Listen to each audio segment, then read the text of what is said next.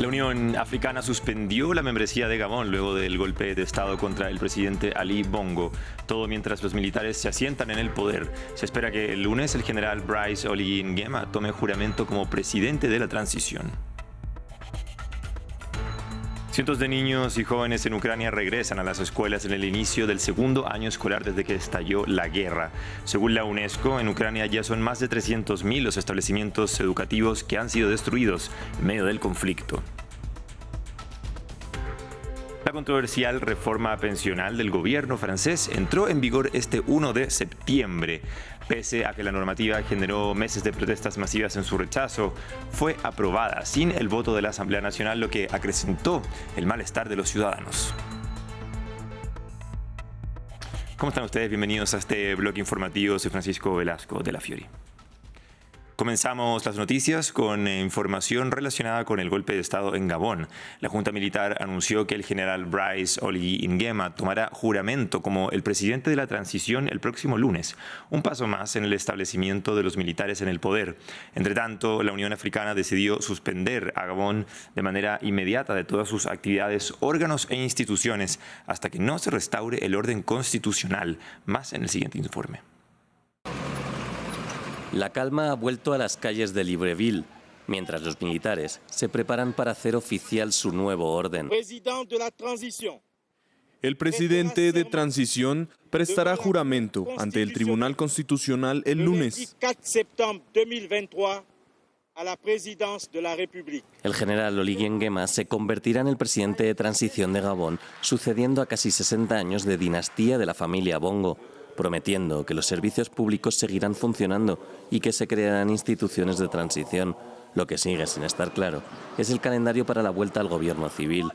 La destitución de Ali Bongo fue celebrada en las calles de Libreville después de que hubiera obtenido el 64% de los votos. Pero el líder de la oposición, Alberto Ondoosa, que impugnó los resultados oficiales de las elecciones, no llegó a respaldar el golpe. O se es demócrata o se es golpista. Tras calificar el golpe de revolución palaciega, Ondoosa afirmó también que el futuro presidente está estrechamente vinculado a Pascaline Bongo, hermana del presidente derrocado, y que la llamada transición no es más que una lucha de poder en el seno de la familia gobernante. Mike Joktan, director de campaña de Ondoosa, instó a los militares a llevar el recuento de votos hasta el final.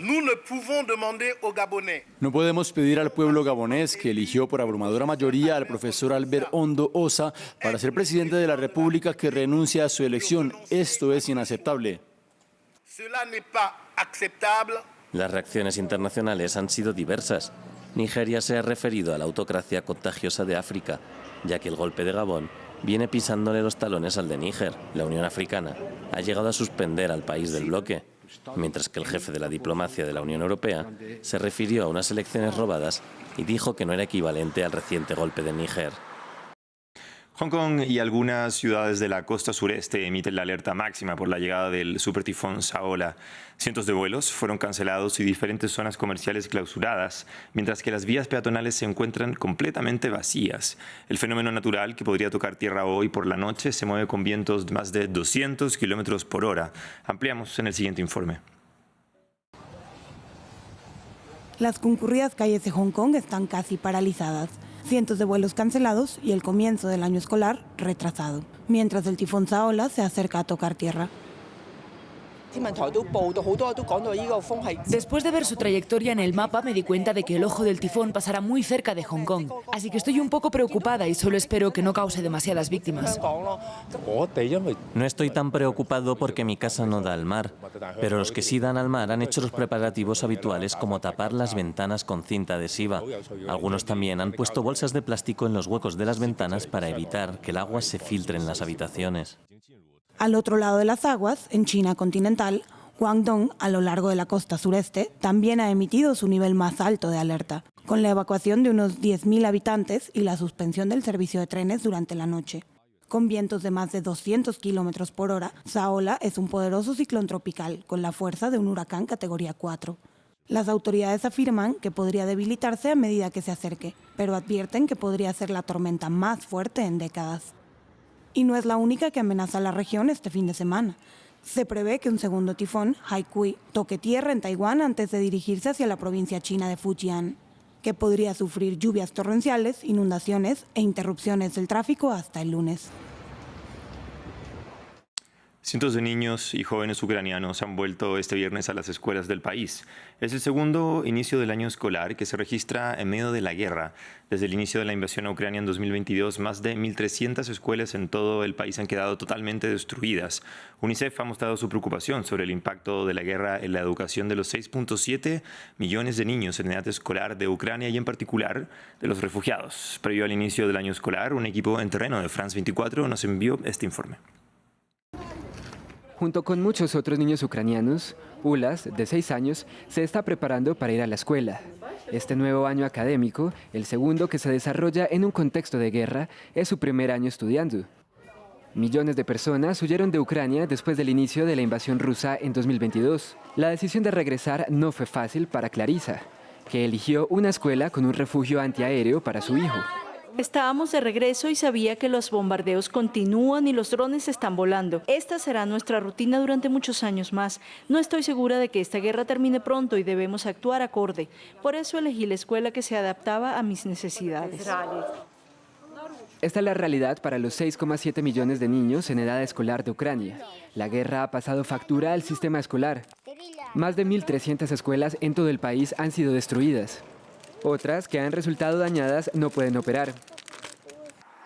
Es el caso aquí en la región de Zaporilla. Esta escuela fue golpeada por una huelga rusa y desde entonces ha estado cerrada.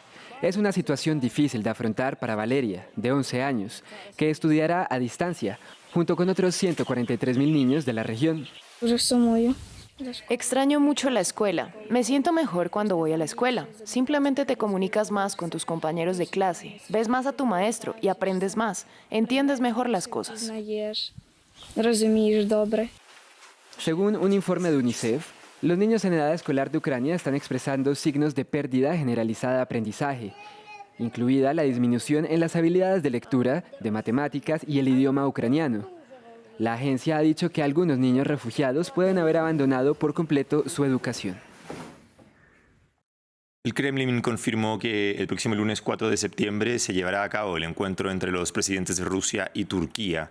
Vladimir Putin recibirá a su homólogo turco Tayyip Erdogan en Sochi. El principal tema a tratar será una posible reanudación del acuerdo de exportación de granos del Mar Negro, un pacto que Moscú abandonó el pasado 17 de julio.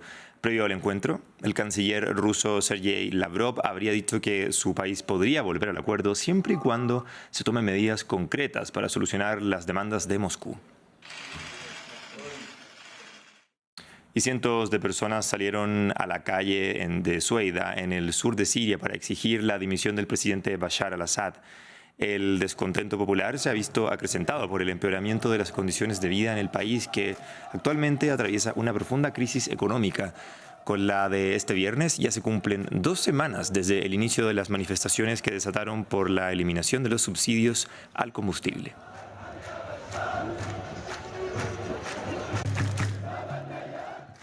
Luis de la Fuente, el director técnico de la selección masculina de fútbol de España, pidió perdón por haber aplaudido el polémico discurso del suspendido presidente de la Federación, Luis Rubiales. Recordemos que en dicha comparecencia, Rubiales atacó al feminismo y afirmó que hubo consentimiento en el beso que dio a la futbolista Jenny Hermoso en el marco de la final del Mundial Femenino. Ante la repercusión social, mediática y política que han tenido mis aplausos en la asamblea del pasado viernes, quiero aprovechar este espacio, mi espacio de entrenador, de seleccionador nacional, para explicar la situación allí vivida. He recibido críticas por ello, duras críticas por ello. ¿Saben lo que pienso de esas críticas? Que son totalmente merecidas, que lo lamento, que comprendo y pido perdón por ellas. El día de hoy entró en vigencia la controversial reforma a las pensiones del gobierno francés. Por varios meses, la iniciativa que aumentó la edad de jubilación de los 62 a los 64 años fue rechazada masivamente en las calles. Una movilización social que tomó fuerza luego de que la reforma fuera aprobada sin el voto de la Asamblea Nacional. Valentina Torres Sánchez nos cuenta más. Llegó el 1 de septiembre y con la fecha la entrada en vigor de la reforma a las pensiones en Francia. La presión generada por millones de personas que protestaron en las calles no hizo que Emmanuel Macron retirara la normativa, que generó aún más rechazo, luego de ser aprobada sin los votos de la Asamblea Nacional con el artículo 49.3 de la Constitución. No podemos arriesgar el futuro de nuestras pensiones. Por lo tanto, sobre la base del párrafo 3 del artículo 49 de la Constitución, comprometo la responsabilidad de mi gobierno respecto a la totalidad del proyecto de ley. La decisión incluso llevó a la votación de 2 mociones de censura, de las que la primera ministra Elisabeth Borne salió victoriosa. Los puntos que generaron la mayor controversia de la normativa son el aumento progresivo de la edad de jubilación de 62 a 64 años para 2030, con incrementos de 3 meses por año, y la ampliación del periodo de cotización de 42 a 43 años para 2027 para recibir la pensión completa. En lugar de retirar el proyecto, decidieron usar la fuerza al utilizar el 49.3.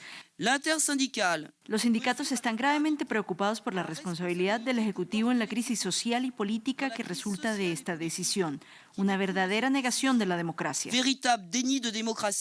Posteriormente, el Consejo Constitucional avaló los principales puntos de la normativa y desestimó 2 solicitudes para que fuera sometida a referendo vinculante. Pese a que las manifestaciones siempre fueron convocadas de forma pacífica, la violencia se tomó las calles de varias ciudades francesas en diversas jornadas. Según el gobierno, el cambio es la única opción viable para que el sistema de pensiones no colapse. Para los detractores, el dinero podría recolectarse con medidas como impuestos a los más adinerados. Y seguimos en Francia. Llegó el día en que París le dice adiós a las patinetas eléctricas. A partir de hoy, el uso de estos vehículos queda prohibido en las calles de la capital francesa. Recordemos que el pasado 2 de abril se celebró un referéndum donde el 89% de los votantes escogió rechazar las patinetas eléctricas, aunque la participación fue solo del 7,46%. Solo en 2022, París registró 459 accidentes con scooters eléctricos, 3 de ellos con víctimas fatales. 2 de los integrantes del grupo de ultraderecha estadounidense Proud Boys, fieles seguidores del expresidente Donald Trump y que participaron en el ataque al Capitolio de 2021, fueron condenados a 17 y 15 años de cárcel. Junto a otros implicados, fueron hallados culpables de conspirar para cometer sedición cuando asaltaron la sede del Congreso en Washington, buscando evitar la certificación de Joe Biden como presidente. Joseph Biggs pasará 17 años en prisión. La fiscalía había solicitado 33 años de cárcel, pero la justicia determinó la pena tras una semana de deliberaciones en un tribunal federal de Washington. Este mismo jueves, Zachary Rehl también fue sentenciado a 15 años de prisión. Obviamente las sentencias fueron significativas, pero es la mitad de lo que el gobierno pedía e incluso en la sentencia vemos que el gobierno se extralimitó. Estos hombres sufrirán muchos años tras las rejas. En lo que a mí respecta, son patriotas, no terroristas. La sentencia de Biggs es la segunda mayor por el ataque al Capitolio luego de que Stuart Rhodes, líder de otra organización de extrema derecha, los Oath Keepers, fuera condenado a 18 años. En medio de las audiencias, los fiscales mostraron mensajes y videos publicados por Biggs y otros acusados que llamaban a la violencia y la revolución para evitar que Joe Biden fuera certificado presidente. Biggs admitió ante el juez que se equivocó en su actuar y argumentó que se dejó convencer por la multitud de partidarios. A su vez, Rehl indicó que se arrepiente de haberse involucrado en los hechos y que perdió la noción de quién es y de lo que le importa, además de disculparse con su familia. Unas 800 personas ingresaron en la sede legislativa ese 6 de enero, pero alrededor de 10.000 participaron en las manifestaciones. Más de 1.100 personas que hicieron parte del ataque permanecen arrestadas. De ellas, más de 630 se han declarado culpables de los hechos, en los que 5 personas perdieron la vida. Aún faltan las audiencias de Ethan Nordin, otro de los integrantes de la organización, y de Enrique Tarrio, el líder de los Proud Boys, que están previstas para este viernes y el martes de la próxima semana, respectivamente.